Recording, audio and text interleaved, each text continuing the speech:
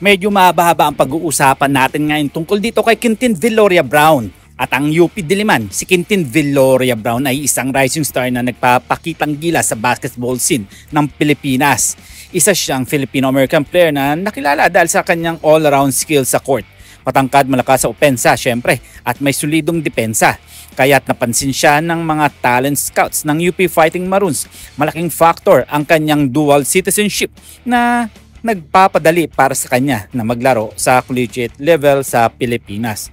Well, nakuha nga itong si Quintin Viloria ng UP Diliman dahil sa kanyang exceptional na laro sa high school. League sa US, ang recruitment program ng UP at ang agresibo na paghanap ng talento, lalo na't layunin nilang mag-champion sa UAAP. Ang kanyang adaptability at leadership skills ay nag-uudyok sa coaching staff siya'y kunin. Well, mga pare ko, may potential ba siya sa PBA? Oo naman, syempre. Lalo na kung magpapatuloy ang kanyang pag-improve ang exposure sa UAAP. Magandang stepping stone papunta sa PBA draft. Kung saan man mapunta siya sa Ginebra, kakailanganin niyang magpakita sa versatility dahil kilala ang Ginebra sa kanilang fast pace at physical style of play. Well, si Viloria nga ay posible nga mapunta sa Ginebra at pwede rin makuha ito ng kanilang coach na si Coach Tim Cone. Well, malaki talaga ang pwedeng mapakilala nito at talagang napakalaki, napakalakas ng katawan. Well, alam naman natin si Coach Tim Cone gustong-gusto niyan ang mga Phil-American dahil nga madaling makaintindi ng English. Well, hindi lang yun mga pare ko, talagang malaki talaga may tutulong nito at posibleng mapunta nga ito sa Gilas, Pilipinas. Well, hintay-hintay lang tayo mga pare ko dahil posible nga yan na mapunta sa Barangay Ginebra for the next season.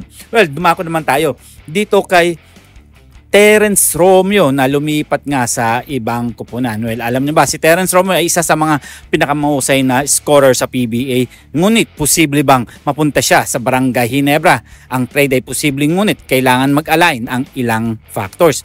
Well, ang Ginebra ay kasalukuyan nga ay may deep roster. Pero ang pagkuha kay Romeo ay magbibigay sa kanila ng isang elite scorer.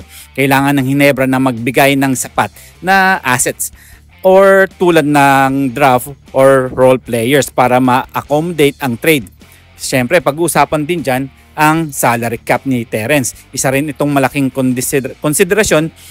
Si Romeo ay may malaking kontrata kaya kailangan gumawa ng adjustment ang Ginebra para magkasya siya sa kanilang payroll. Well, alam naman natin si Romeo ay malilipat na sa ibang kupunan.